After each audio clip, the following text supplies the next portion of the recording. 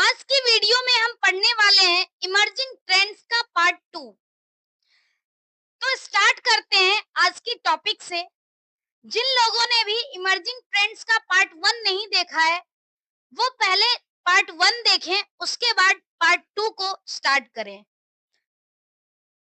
पहला टॉपिक है आज का इंटरनेट ऑफ थिंग्स, जिसको हम शॉर्ट में बोलते हैं IoT. IoT refers to the network of interconnected physical devices that communicate and exchange data over the internet. The IoT is a network of devices that have an embedded hardware and software to communicate with other devices on the same network.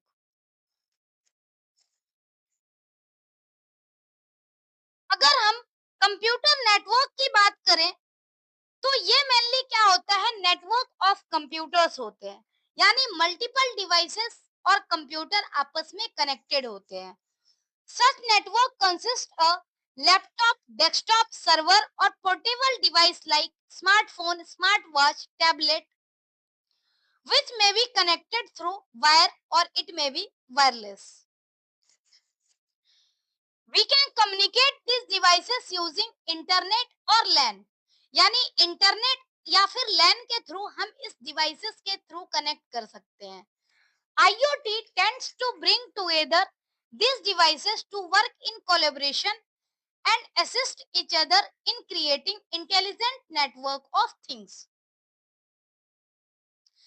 अगर हम example की बात करें, तो जैसे example है microwave oven, AC, door lock, CCTV camera या other जो भी डिवाइसेस हैं जो इंटरनेट के थ्रू कनेक्ट होते हैं और उसका यूज हम लोग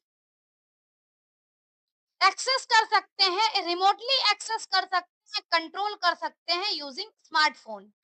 तो इसे ऐसे चीज को हम आईओटी के नाम से जानते हैं। अगर देखा जाए कि ये काम कैसे करते हैं, तो जैसे जो भी डिवाइस है लाइक स्मार्टफोन या फिर स्मार्ट वॉच, ये सब में सेंसर होते हैं और सॉफ्टवेयर होता है जिसके थ्रू हम कम्युनिकेट कर सकें। तो इससे रिलेटेड सॉफ्टवेयर को जैसे हम फोन में इंस्टॉल कर लेते हैं और फोन में करने के बाद हम इसका यूज कर पाते हैं। तो इस तरह से आईओटी काम करता है। अगर हम यूजेस की बात करें, तो और भी कुछ यूजेस हैं, जैसे कंट्रोल लाइट्स में हम यूज करते हैं, हेल्थ केयर के फील्ड में भी करते हैं, कई बार एग्रीकल्चर के फील्ड में भी करते हैं, जैसे सॉइल कंडीशन हमें मॉनिटर करना है या क्रॉप की हेल्थ मॉनिटर करनी है, तो इस केस में हम आईओटी का यूज कर सकते हैं। अगर हम डायग्राम की बात करें, तो सिंपली यहाँ पर हम देख रहे हैं कि वे सभी डिवाइसेस जो आपस में कनेक्ट हो करके और सर्विस प्रोवाइड करते हैं, वो सारे क्या हैं, इंटरनेट ऑफ थिंग्स हैं। इसकी हेल्प से हम कोई भी काम ऑटोमेटिक तरीके से कर सकते हैं, इफिशिएंटली कर सकते हैं और रियल टाइम डेटा एक्सेस होता है। नेक्स्ट टॉपिक है सेंसर।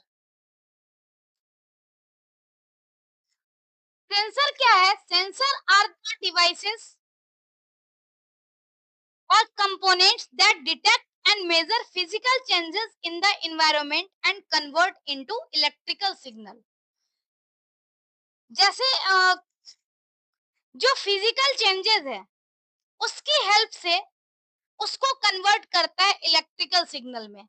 सबसे बेस्ट एग्जांपल है, जैसे आप देखते होगे मॉल में जाते होगे तो कई बार सेंसर वाला गेट होता है, तो हम लोग जैसे ही वहां नजदीक जाते हैं तो गेट अपने आप ओपन हो जाता है।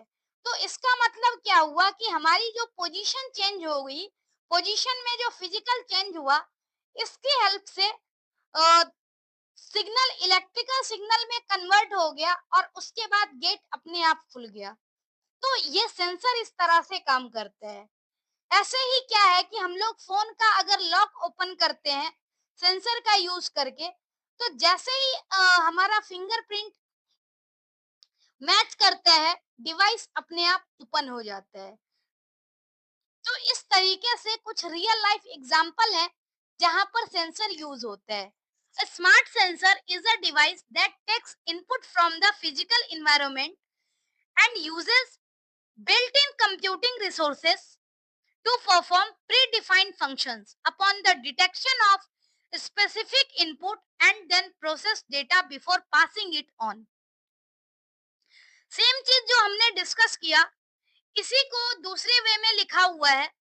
Sensors are very commonly used for monitoring and observing elements in real world application.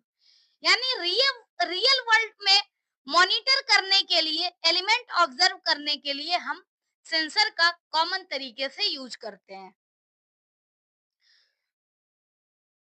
जैसे है, what happens when you hold your mobile vertically और हॉरिजेंटली. इससे क्या होता है, the display also changes to vertical और horizontal with respect to the way we hold our mobile. अपन जैसे हमारे मोबाइल में ऑटो रोटेशन का फीचर होता है, तो ऑटो रोटेशन अगर ऑफ हो तब तो कोई फर्क नहीं पड़ता है, लेकिन अगर ऑटो रोटेशन ऑन है तो उस केस में हम मोबाइल को जिस तरह से मूव करते हैं उस तरीके से हमारे फोन का ओरिएंटेशन जो है वो चेंज हो जाता है. तो इसमें बेसिकली क्या होता है, जायरोस्कोप सेंसर की हेल्प से रोटेशन को ट्रैक करता है और हमारा जो डिवाइस है उसका अलाइनमेंट चेंज हो जाता है.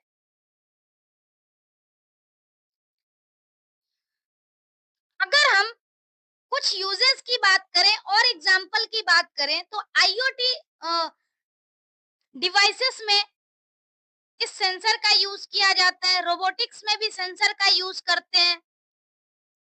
नेक्स्ट जो हमारा टॉपिक है वो है smart cities. Smart city smart city uses technology such as IoT, sensor and data analytics to improve urban living through enhanced services and infrastructure. कहने का मतलब जो ये स्मार्ट सिटी है वो IoT यूज करता है, different data analytics tool use करता है, सेंसर्स यूज करता है. ये सब का यूज करके जो सिटीज के लिविंग स्टैंडर्ड है उसको इम्प्रूव करने की कोशिश की जाती है इसमें. Smart city, the challenges like management of resources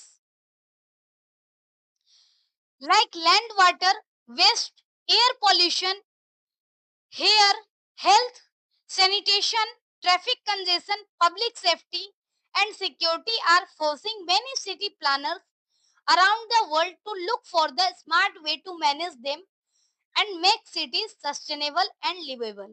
कहने का मतलब जो हमारी सिटीज होती है जनरली उसमें काफी चैलेंजेस होता है, क्योंकि सिटीज में ज्यादातर पोल्यूशन वगैरह होते हैं, हेल्थ इश्यूज सिटीज में ज्यादा होता है, ट्रैफिक कंजेशन है, पब्लिक के सेफ्टी सिक्योरिटी पर्पस को भी अगर देखा जाए तो हर तरीके से क्या है, सिटी को प्रॉपर तरीके से मैनेज करने की नीड होती है. और अगर प्रॉपर तरीके से मैनेज नहीं होगा तो उसका ह्यूमन की लाइफ पे बहुत ज्यादा असर होता है. The idea of smart city make use of computer and communication technology along with IoT, WOT to manage and distribute resources efficiently.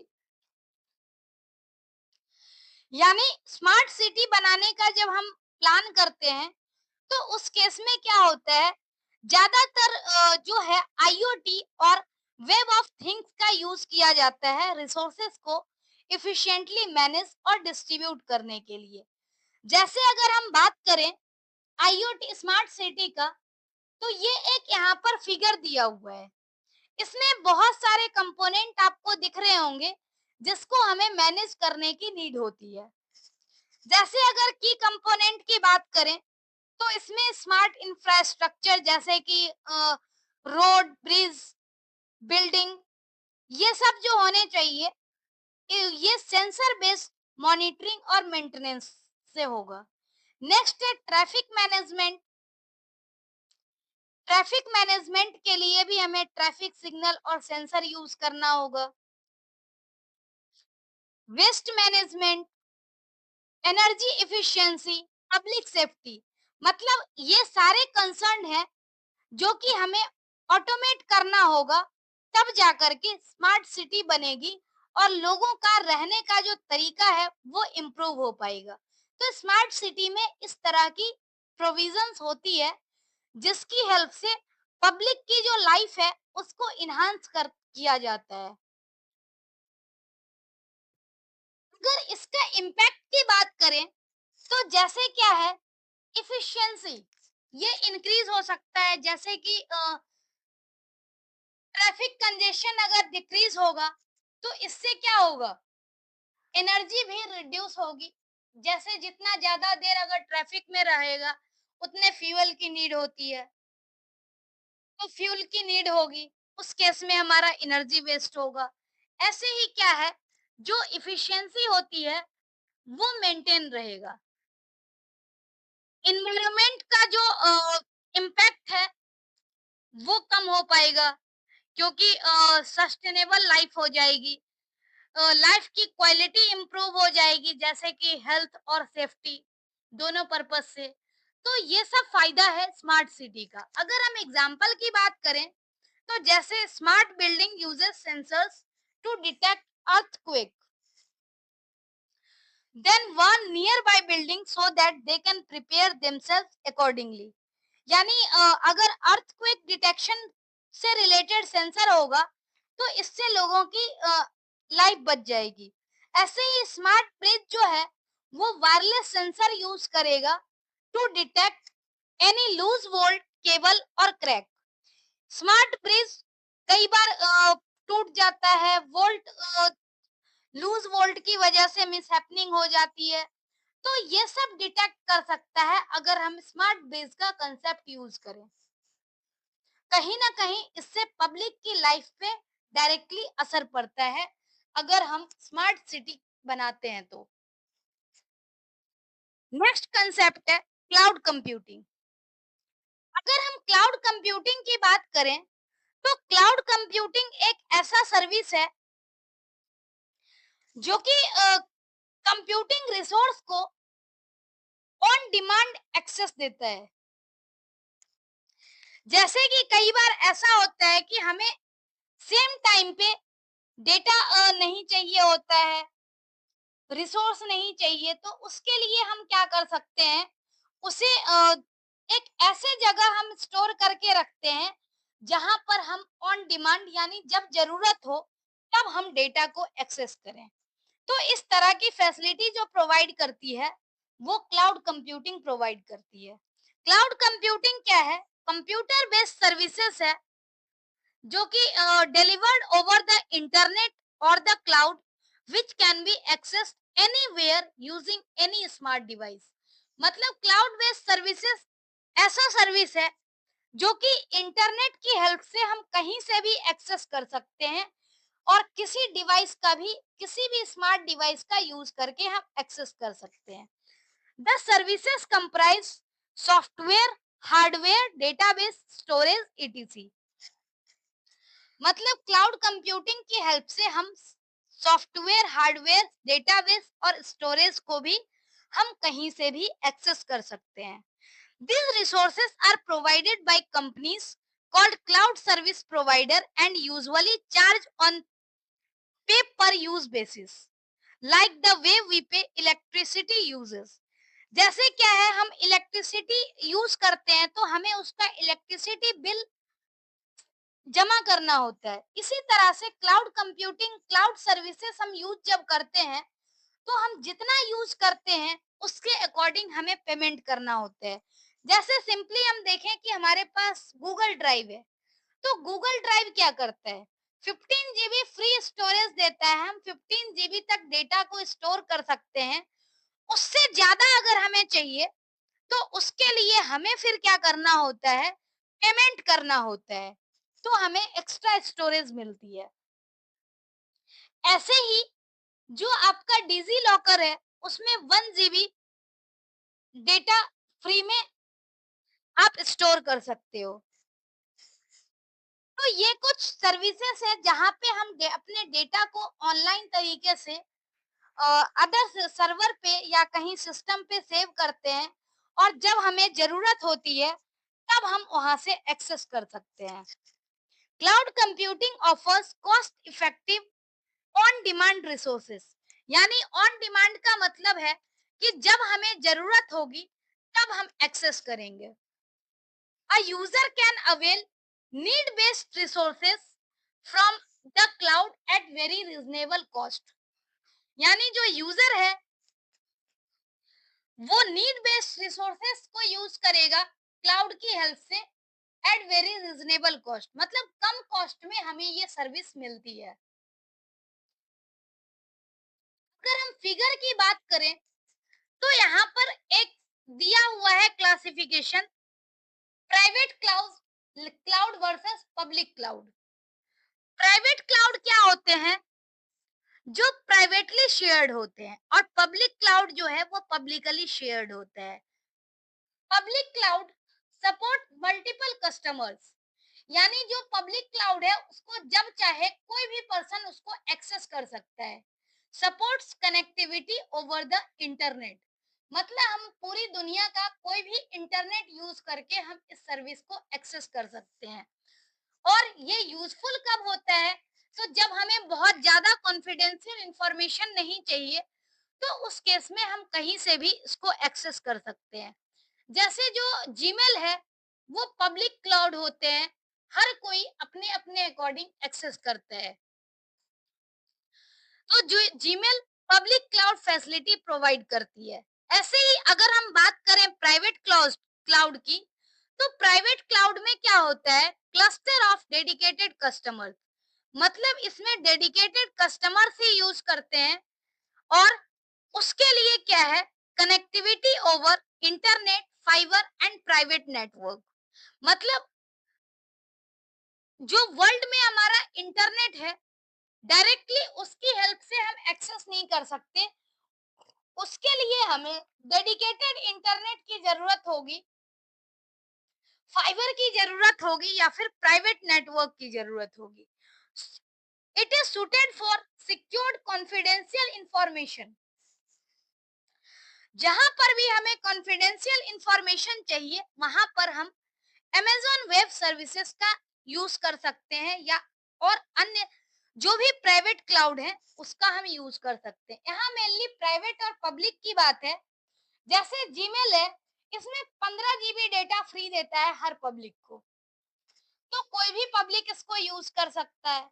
लेकिन प्राइवेट क्लाउड में क्या है? Amazon वेब सर्विसेज जो है ये हमें कोई भी चीज फ्री में नहीं देता, हमें उसके लिए पहले प्लान लेना पड़ता है, तब जाकर के हमें वो सर्विस मिलती है। तो दो तरह के क्लाउड हैं, एक प्राइवेट क्लाउड और एक पब्लिक क्लाउड। अगर हम क्लाउड सर्विसेज की बात करें तो क्लाउड सर्विसेज तीन तरह के हैं जिसको हमें डिटेल में पढ़ना है। अगर क्लाउड सर्विसेज की बात करें तो क्लाउड सर्विसेज क्या होता है? Cloud services provide a variety of services such as storage, networking and computing power over the internet. मतलब इंटरनेट पे हम लोग स्टोरेज का भी यूज कर सकते हैं, नेटवर्किंग भी कर सकते हैं, और डिफरेंट कंप्यूटिंग भी कर सकते हैं ओवर द इंटरनेट। ये हमें क्लाउड सर्विसेज सर्विस प्रोवाइड करती है। Different computing services delivered through the cloud such as infrastructure as a service, यानी IaaS। दूसरा है प्लेटफॉर्म एज अ सर्विस, तीसरा है software as a service.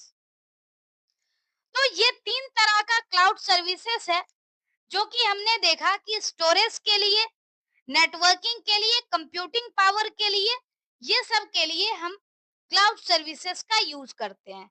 Next अगर हम इंफ्रास्ट्रक्चर एज अ सर्विस की बात करें तो इंफ्रास्ट्रक्चर एज अ सर्विस क्या करता है? It provides virtualized computing resources over the internet. The IaaS मतलब वर्चुअलाइज कंप्यूटिंग सर्विसेज, यानी कि हम सिस्टम पे, अपने सिस्टम पे नहीं करते, ये एक हमें ऐसा इंफ्रास्ट्रक्चर प्रोवाइड करता है जिसकी हेल्प से, जैसे ऑनलाइन एडिटर होता है जिसमें हम प्रोग्रामिंग करते हैं, तो ये मेनली क्या है, infrastructure as a service provide कर रहा है। तो इस तरह से IaaS providers can offer different kind of computing infrastructure such as servers, virtual machine, storage and backup facility, network components, operating system और any other hardware और software।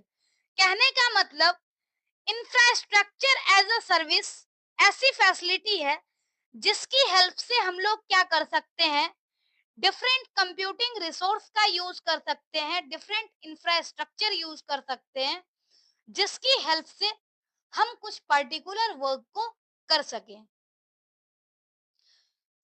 सेकेंड है platform as a service. Platform as a service का मतलब है it provides a platform allowing customers to develop, run and manage applications.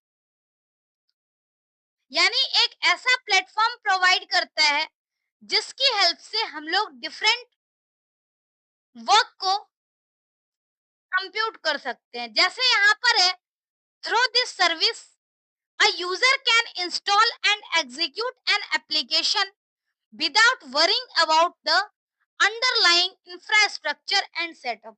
जैसे हमारे system का configuration अच्छा नहीं है तो हमें इससे फर्क नहीं पड़ता है। हमने क्या किया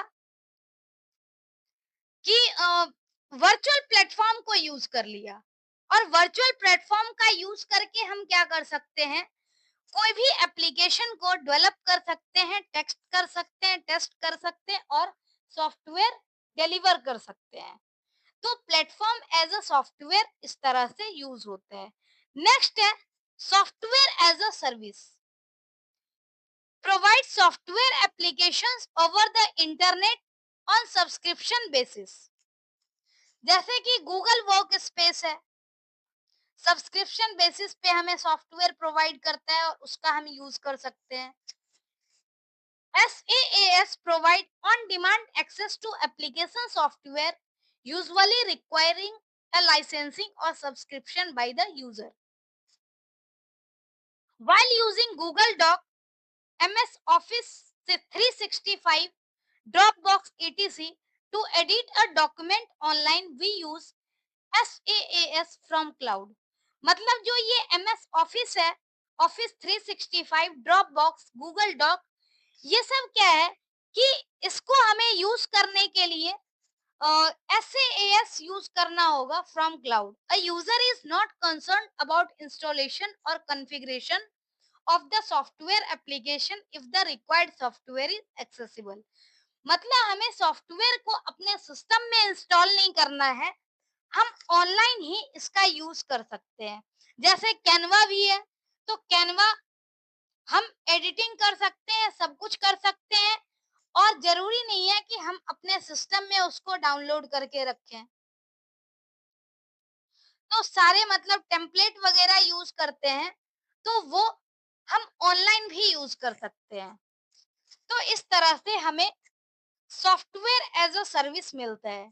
तो इस तरह से टोटल जो है 3 क्लाउड सर्विसेज हैं, IaaS, PaaS और SaaS। तो इसका हमें ध्यान में रखना होगा कि इंफ्रास्ट्रक्चर एज अ सर्विस कब होता है, जब हमें different kind of infrastructure provide किया जाता है, जैसे कि सर्वर, वर्चुअल मशीन, तो उस केस में इंफ्रास्ट्रक्चर एज अ सर्विसेज होगा। अगर हमें किसी तरह का प्लेटफॉर्म प्रोवाइड किया जाता है जिसमें हम अपने सिस्टम को, हमें सिस्टम का कॉन्फ़िगरेशन की टेंशन लेने की ज़रूरत नहीं होती है और हम लोग वर्चुअल प्लेटफ़ॉर्म का यूज़ कर सकते हैं। तो उस केस में उसे हम बोलते हैं प्लेटफ़ॉर्म एज़ अ सर्विस। और सॉफ्टवेयर एज़ अ सर्विस के केस में क्या होता है कि जो सॉफ्टवेयर या जो वेब सर्विसेज़ ऑनलाइन अवेलेबल हैं, उसमें हम लॉगिन करके, उसका यूज़ करके और हम डिफरेंट तरीके से अपने रिक्वायरमेंट को पूरा कर सकते हैं। तो ये सॉफ्टवेयर एज अ सर्विस है। तो इस तरह से हमारे पास 3 तरह का क्लाउड कंप्यूटिंग सर्विस है, IaaS, PaaS और SaaS, जो कि हमें ध्यान में रखना है। अगर हम इसकी बात करें तो एडवांटेजेस क्या होगा? जैसे स्केलेबिलिटी, मतलब एबिलिटी टू स्पेंड और reduce resources based on demand. हम जब चाहें तो अपनी रिक्वायरमेंट को भी बढ़ा सकते हैं और कम कर सकते हैं। जितनी चाहिए सिर्फ हम उतना ही एक्सेस करेंगे। सिक्योरिटी में क्या है कि हम लोग सिक्योर्ड क्लाउड एनवायरनमेंट का यूज करेंगे जब हमें सेंसिटिव इंफॉर्मेशन को स्टोर करना हो। और नेक्स्ट है कॉस्ट सेविंग, यानी कि हमें सिर्फ और सिर्फ क्या करना है, जिस सर्विस को हमें यूज करना है सिर्फ उसके लिए ही पेमेंट करना होता है। तो ये कुछ फायदा है क्लाउड कंप्यूटिंग का। नेक्स्ट कंसेप्ट है ग्रिड कंप्यूटिंग। अगर हम ग्रिड कंप्यूटिंग की बात करें तो ग्रिड कंप्यूटिंग क्या होता है? It is the computer network of geographically dispersed and heterogeneous computational resources. जैसे कि आपको फिगर में दिख रहा होगा कि बहुत सारे यहाँ पर कंप्यूटर हैं जो आपस में कनेक्टेड हैं और वो सेंट्रल नोड के थ्रू कनेक्टेड है। और ये कंप्यूटेशनल रिसोर्स जो है जरूरी नहीं है कि सेम होगा, हेट्रोजेनस टाइप का रिसोर्सेस है। अगर हम ग्रिड कंप्यूटिंग की बात करें तो grid computing involves distributing computing task across multiple computers और systems connected through a network. जैसे हमें अगर किसी टास्क को एक्सेस करना होगा, यूज करना होगा, तो एक कॉम्प्लेक्स टास्क को हम क्या कर सकते हैं, जैसे मल्टीपल नेटवर्क में सिस्टम जो है वो नेटवर्क में कनेक्टेड है, तो हम इस टास्क को मल्टीपल सिस्टम पे डिवाइड कर सकते हैं और डिवाइड करने के बाद टास्क परफॉर्म होगा और फाइनली हम दोबारा से मल्टीपल डिवाइस पे जो टास्क परफॉर्म किए गए हैं उसको कंबाइन कर लेंगे। तो इस तरीके से ग्रिड कंप्यूटिंग काम करता है। Unlike cloud, whose primary focus is to provide services, a grid is more application specific and creates a sense of virtual supercomputer with an enormous processing power and storage।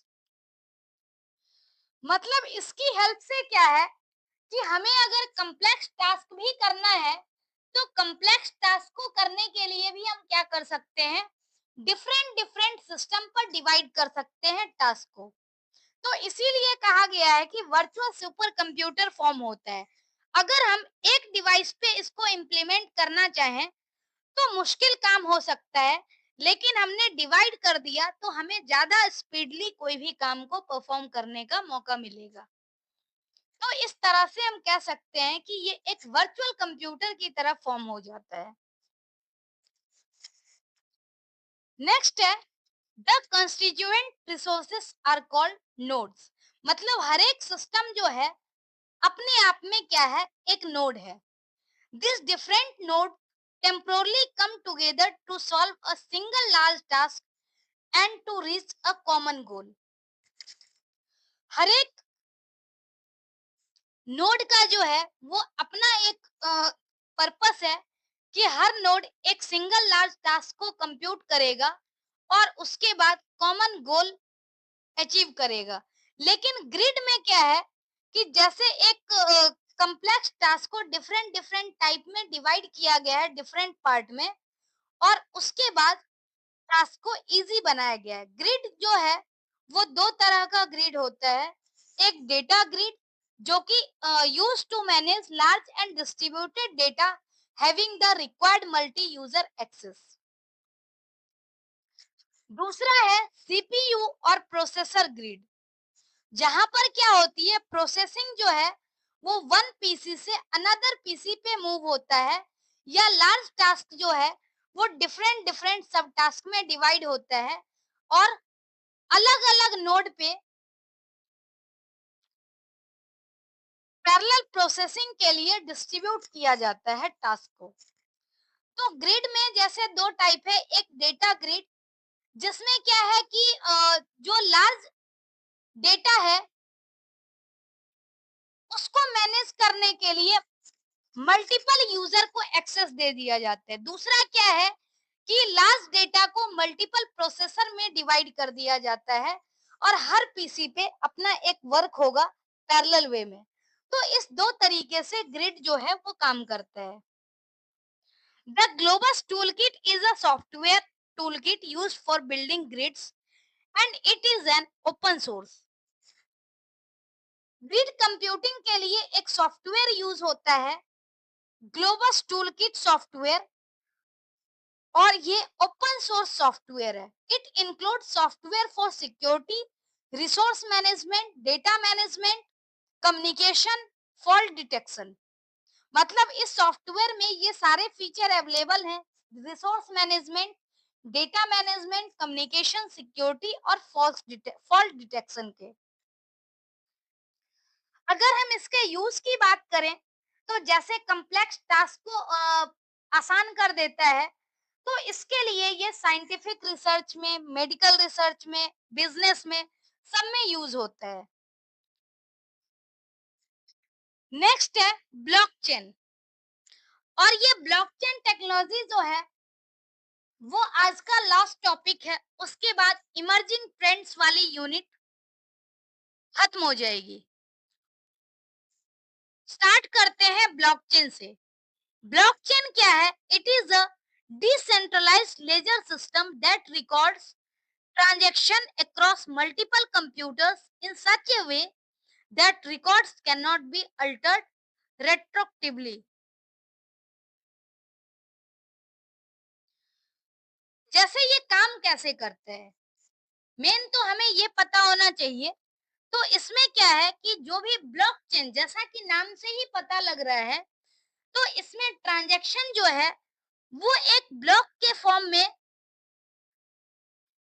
Group किया जाता है और हर block जो है वो एक chain के form में होता है, प्रीवियस ब्लॉक के साथ लिंक होता है, forming a continuous secured chain. यानी कि जो ब्लॉकचेन टेक्नोलॉजी है वो मेनली हमें डिजिटल ट्रांजैक्शन परफॉर्म करने में हेल्प करते हैं और ये सेफ्टी एंड सिक्योरिटी प्रोवाइड करते हैं। Traditionally we perform digital transactions by storing data in a centralized database and the transaction performed are updated one by one on the database.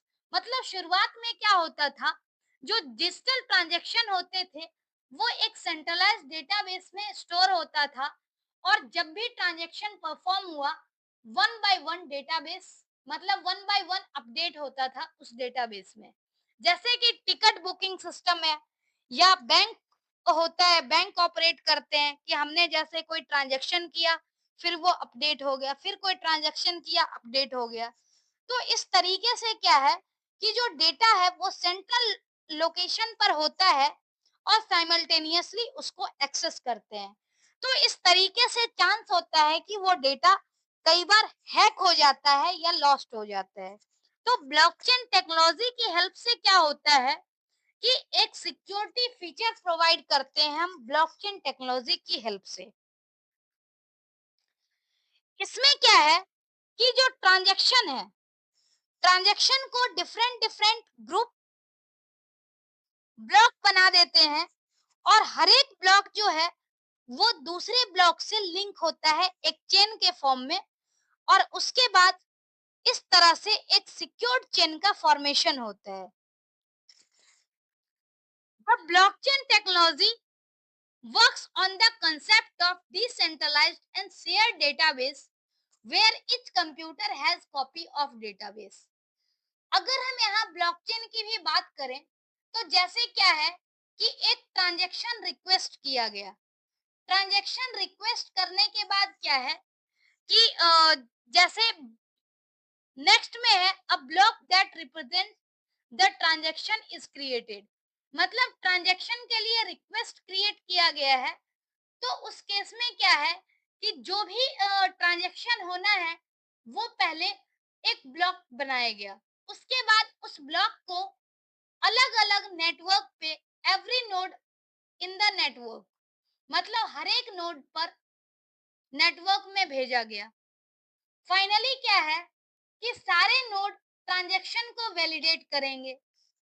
जब transaction validate होगा तो next क्या है, nodes receive a reward for the proof of work, मतलब ये confirm हो जाएगा कि जो जो आपका नोड है वो सक्सेसफुली ट्रांजैक्शन कर चुका है, वर्क कंप्लीट हो गया। और वर्क कंप्लीट ही नहीं बल्कि सिक्योर तरीके से कंप्लीट हुआ है।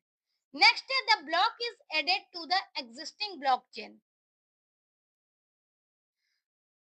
मतलब इस तरह से क्या है, हर एक ब्लॉकचेन को वैलिडेट किया जाता है। और जब वैलिडेट होगा तो वो क्या है कि ब्लॉकचेन जो है उस ब्लॉकचेन में पर्टिकुलर ब्लॉक ऐड होते जाता है, यानी जो एग्जिस्टिंग चेन है उसमें डेटा वैलिडेट करने के बाद फिर से डेटा ऐड होता जाएगा और लास्ट में चल के एक सिक्योर ट्रांजैक्शन कंप्लीट होती है। तो इस तरह से ब्लॉकचेन बेसिकली वर्क करता है।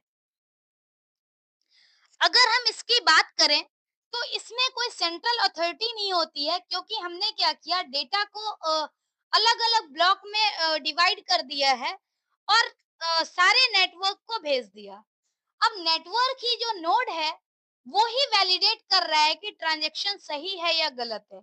अगर वैलिडेट हो गया, सही ट्रांजैक्शन है, कोई फर्जी ट्रांजैक्शन नहीं है, तो वो एग्जिस्टिंग ब्लॉकचेन में ऐड हो जाएगा और फिर जाकर के अगले स्टेप में ट्रांजैक्शन कंप्लीट होगा।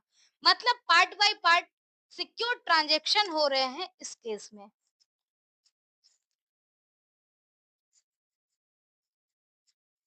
इसका मेन यूजेस क्या है, जैसे बिटकॉइन और ये सब सप्लाई चेन मैनेजमेंट, इस केस में ब्लॉकचेन टेक्नोलॉजी का यूज होता है। अगर हम इसके एडवांटेज की बात करें तो जैसे क्या है कि मेन अगर देखा जाए तो ट्रांसपेरेंसी के साथ हर एक पार्टिसिपेंट को विजिबल होते हैं, तभी तो जितने भी पार्टिसिपेंट हैं वो इसको वैलिडेट कर पाते हैं। फोर्थ नंबर में जो स्टेप है उसमें यही है कि जो सारे ट्रांजैक्शन है उसको हर एक नोड वैलिडेट करता है। इसका मतलब क्या है, पूरी ट्रांसपेरेंसी है, हर एक नोड के पास इंफॉर्मेशन है कि डेटा जो है वो करेक्ट है या फिर इनकरेक्ट है। तो इस तरह से ब्लॉकचेन टेक्नोलॉजी सिक्योरिटी प्रोवाइड करती है, वर्क करती है। नेक्स्ट है, a block can be thought as secured chunk of data और वैलिड ट्रांजैक्शन। जो हमने ब्लॉक के बारे में पढ़ा वो मेनली क्या है, सिक्योर्ड चंक ऑफ डेटा है जिसको हम वैलिड ट्रांजैक्शन बोलते हैं। Each block has some data called its header, which is visible to every other node, while only the owner has access to the private data of the block. Such blocks from a chain called blockchain. We can define blockchain as a system that allows a group of connected computers to maintain a single, updated, and secure ledger. Each computer or node that participate in the blockchain receives a full copy of database. मतलब जो भी computer blockchain में part लेता है, हर किसी के पास data की full copy होती है डेटाबेस की। लेकिन आउटसाइड जिसके पास परमिशन नहीं है वो कोई भी इसको एक्सेस नहीं कर पाता है। नेक्स्ट है, it maintains and append only open ledger which is updated only after all nodes within the network authenticate the transaction। मतलब ये अपेंड ओनली मोड में रहता है कि जब ये ब्लॉक वैलिडेट हो जाएगा, हर एक नोड इसको ऑथेंटिकेट कर देगा, तो जो एग्जिस्टिंग लेजर है उसमें ये ब्लॉक ऐड हो जाएगा, जो हमने फिगर की हेल्प से पढ़ा है। Safety and security of transactions are ensured because all members in the network keep a copy of blockchain, so it is not possible for a single member of the network to make changes or alter data। कहने का मतलब कि ये data network में सबके पास है, तो alter करना इतना आसान नहीं होगा। सिंगल मेंबर अगर अल्टर कर देगा तो इससे दूसरे को पता चल जाएगा। तो इससे क्या है, जो डेटा है वो काफी सेफ है और सिक्योर्ड है। Popular application of blockchain technology is in digital currency. अगर सबसे मेन एग्जांपल जो एप्लीकेशन की बात करें तो डिजिटल करेंसी, बिटकॉइन, ये सब में ब्लॉकचेन टेक्नोलॉजी का यूज होता है। तो ये जो हमने मेनली पढ़ा है, ये टॉपिक इमर्जिंग ट्रेंड्स का था।